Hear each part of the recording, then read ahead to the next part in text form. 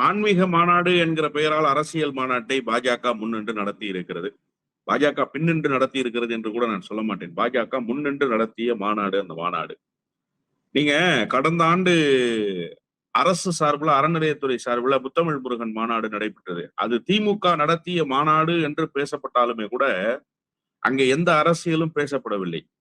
பல்வேறு ஆய்வு கட்டுரைகள் சமர்ப்பிக்கப்பட்டன.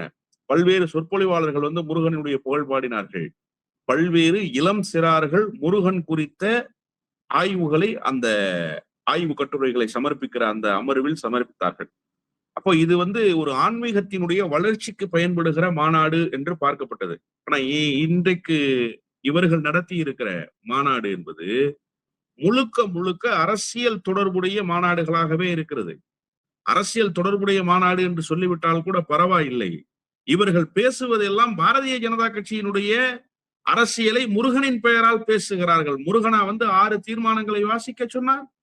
முருகனா 6 தீர்மானங்களை வடித்தெடுத்தார்.